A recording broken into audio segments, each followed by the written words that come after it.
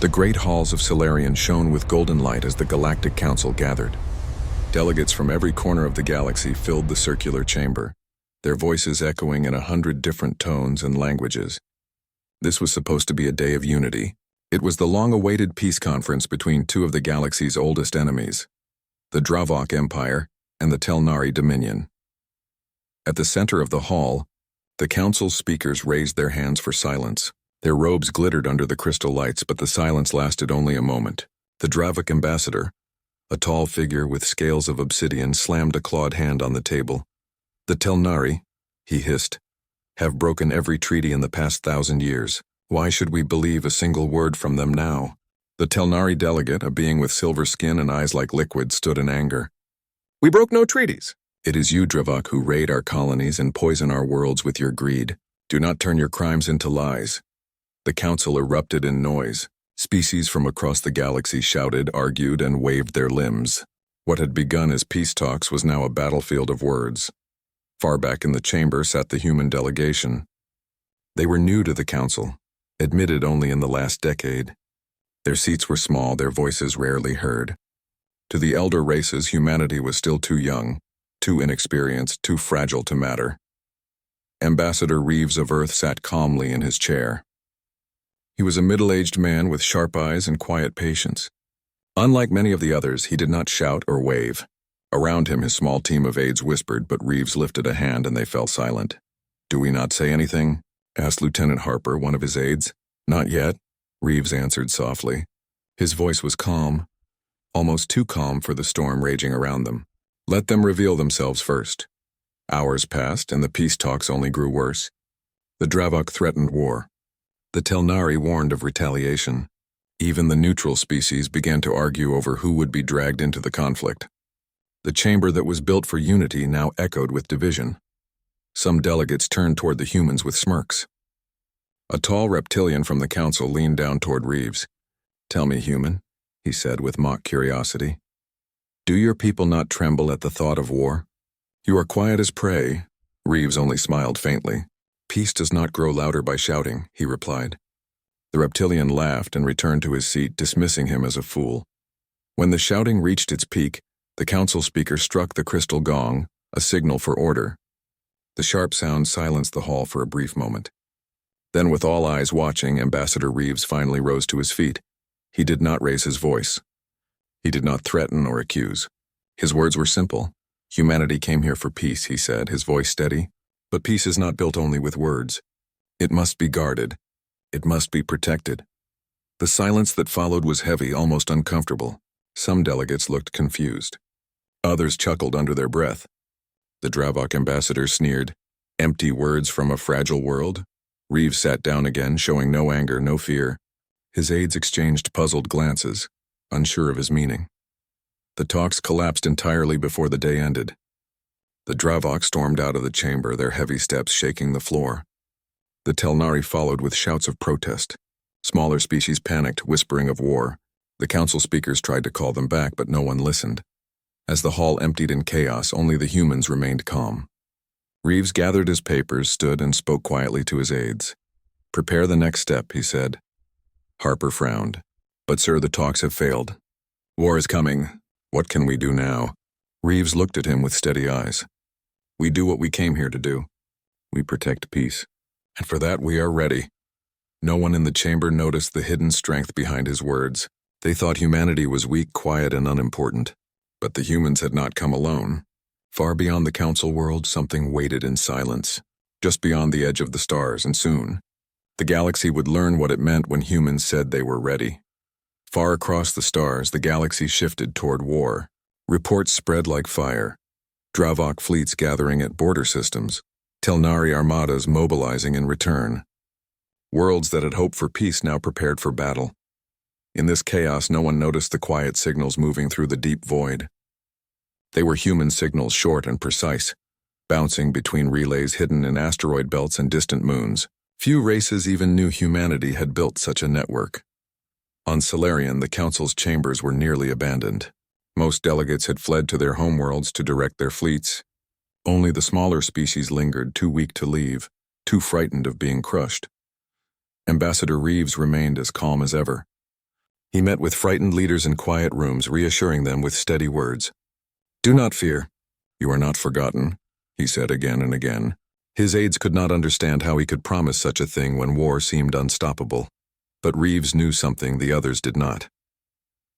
The first signs came at the edge of Dravok space. Long-range scanners detected unknown signatures emerging from hyperspace. They were organized, disciplined, and vast in number. The Dravok commanders assumed it was a Telnari trick, until their scouts sent back images. The ships were not Telnari. They were human. At first, the galaxy did not believe it. Humanity was young, only recently admitted to the Council. Their fleets were thought to be small, a handful of patrol ships guarding their homeworld. No one expected them to cross the stars in force, but the truth was undeniable.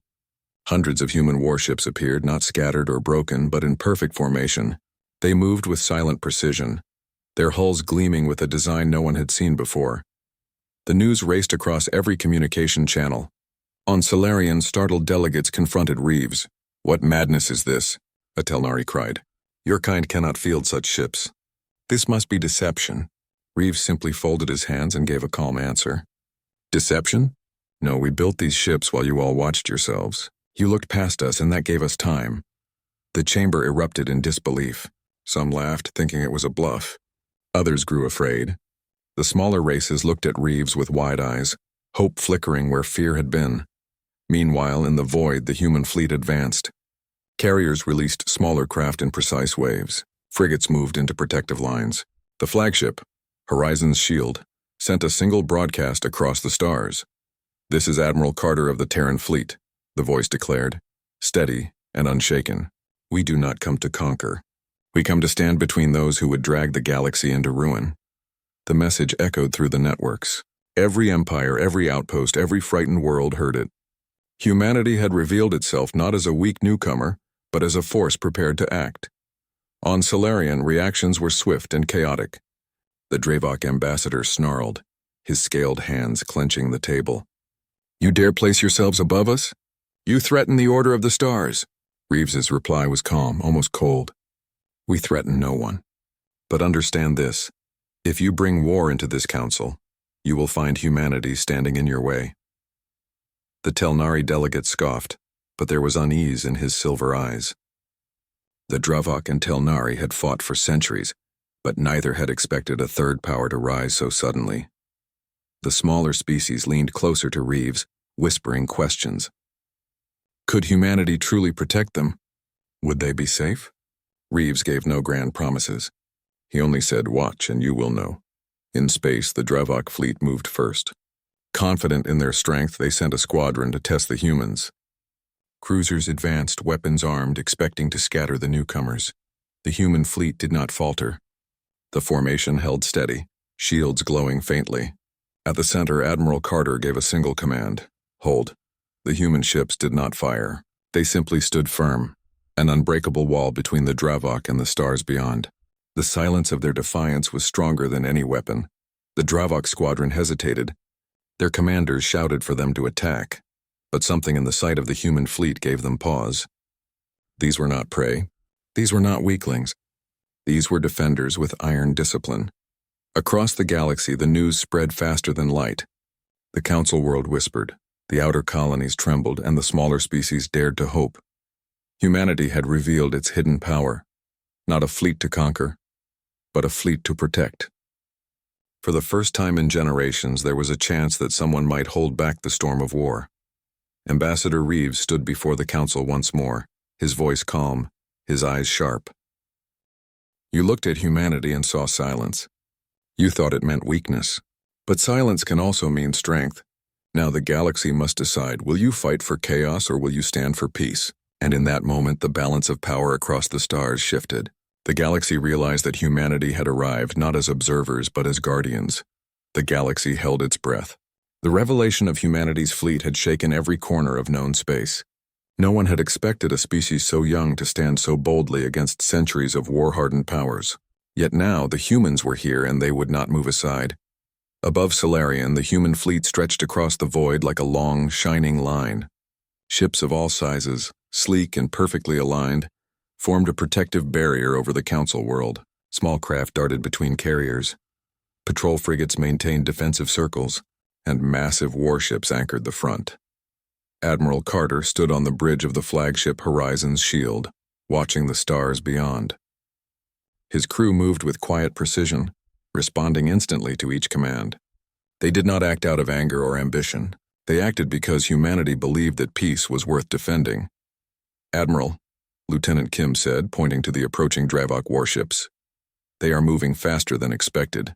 They intend to test our defenses." Carter's expression remained calm. "Let them come. Our job is to hold the line, not to chase glory." The Dravok fleet surged forward, confident in their superior numbers and long experience. Yet as they approached the human formation, hesitation rippled through their ranks. The humans did not scatter or panic. They did not respond with immediate aggression. They simply held their positions, calm and unyielding. The Telnari watched from a nearby system, their curiosity mixed with fear. They had always considered humans insignificant. Now their judgment was challenged by the sight of hundreds of disciplined ships moving as one entity.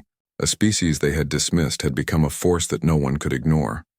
In the council chambers on Solarian, smaller races whispered to one another. For the first time, they felt hope that someone would stand between them and destruction. Ambassador Reeves met their anxious gazes with steady reassurance. "We do not fight for conquest," he said, his voice carrying over the silence. "We fight so that others may live. That is our choice. That is our strength." The Dravok made the first move. Weapons glowed along their hulls, energy beams forming in preparation for a strike. Commanders shouted orders, expecting the humans to flee or falter. But the human fleet did not respond. Shields flared into readiness, but no ship moved forward aggressively. "Hold fire," Carter commanded, his voice calm but firm. "Let them make the first mistake." The Dravok ships hesitated. Their tactical officers argued, but the fleet commander could not ignore what they saw. Humans unmoving, unwavering, and ready. It was a discipline the galaxy had rarely witnessed outside its most veteran fleets. The tension stretched across space. One misstep could ignite the first battle of a devastating war. But humanity's line did not waver. Then came the broadcast. Admiral Carter's voice, steady and clear, echoed across the channels used by every fleet in the sector. "This is Admiral Carter of the Terran Fleet. We do not come as conquerors. We do not come seeking victory for ourselves. But we will not allow the Council world or any world to be destroyed by war. If you strike in our presence. And humanity does not allow war in its presence." Silence followed. Thousands of ships stopped, suspended in motion. The Dravok commander clenched his claws and glanced at his officers. No one dared act first. The words were simple, yet carried an authority none had expected. The Telnari fleet slowed as well. Even they, who had fought countless wars, felt the weight of humanity's resolve. Back on Solarian, Ambassador Reeves addressed the council. "We do not threaten the galaxy, but understand this. If the powerful choose war over peace, humanity will stand between the strong and the weak. This is not a bluff. It is a promise." Small races stared in wonder. Some felt fear. Others felt hope. But every species, even the mighty Dravok and Telnari, had to respect the humans' courage. The next hours passed in tense stillness. No weapons fired. No fleets advanced. Humanity's calm, disciplined presence held the line, and as the suns of Solarian rose, painting the Council world in gold, one truth became clear across the galaxy. War would not come without consideration. Humanity had drawn a line in the stars, and the galaxy had to choose whether to respect it or face consequences far greater than they had imagined. Admiral Carter looked at the glowing ships around him, each crew member ready and alert. "This is only the beginning," he said quietly. "The galaxy will learn what humanity is willing to do for peace. And far beyond, where no council eye could see, humanity's quiet strength had already begun to change the calculations of every empire." The balance of power had shifted, and no one could ignore it. Peace, for the first time in centuries, had a new guardian. And the galaxy realized that the humans did not just arrive, they had arrived to shape the future. The galaxy hung in tense silence. For hours, fleets had faced each other in a standstill. The Dravok and Telnari stared at the human line, expecting hesitation, expecting weakness, but there was none. Humanity's calm discipline and firm resolve had rewritten expectations. Above Solarian, the human fleet remained steady. Frigates held protective positions, carriers hovered silently, and the flagship Horizon Shield anchored the formation. Human crews moved with quiet precision, each aware of their role. There was no fear, no haste, only readiness. Admiral Carter walked the bridge, observing the calm yet alert faces of his crew. "History will remember this moment," he said softly. "Not because of the ships, but because we chose to stand for peace." Lieutenant Kim nodded. "It's incredible, sir. They've never faced anyone like us before. Even the Dravok hesitate." Carter's eyes narrowed slightly. "That hesitation is important. It proves they understand that humanity is not to be dismissed. But we cannot rely on fear alone. Our purpose is protection, not intimidation." On Solarian, Ambassador Reeves met with the remaining council delegates. Smaller species gathered around, relief and awe in their eyes. The humans had stood between them and destruction, showing that courage and discipline could protect even the weakest. Reeves addressed them calmly. "We did not come to dominate or demand tribute. Humanity's goal is simple: to ensure that peace has guardians. You will no longer live in fear that ancient empires will decide your fate without consequence." A small Jaira delegate, trembling with emotion, asked, "But why would a species so young risk itself for us?" Reeves smiled faintly. "Because we know what it is to be underestimated. We know the cost of being ignored. Humanity understands that peace is only real if it is defended for everyone, not just the strong." Back in space, the Dravok commander finally lowered his weapons. His officers were reluctant, but none could deny the power and precision of the human fleet. They had expected chaos, but what they saw was order, discipline, and determination. The Telnari followed suit. Their armadas slowed, holding position instead of advancing. The galaxy watched in disbelief. For the first time in centuries, no one had the courage to strike first. Through the communications network, Admiral Carter sent a final message to both fleets. "This is humanity speaking. We do not seek war. But know this: any attack on peace or the innocent will meet resistance. The galaxy has a choice. Choose chaos or choose a future protected by those who stand ready to defend it. Humanity will not falter." The words echoed across systems, and even the fiercest commanders understood their meaning. Humanity had revealed itself as something more than another species. It had become a force for stability. On Solarian, the council reconvened, this time with different attitudes. Formerly dismissive empires now looked at humans with caution and respect.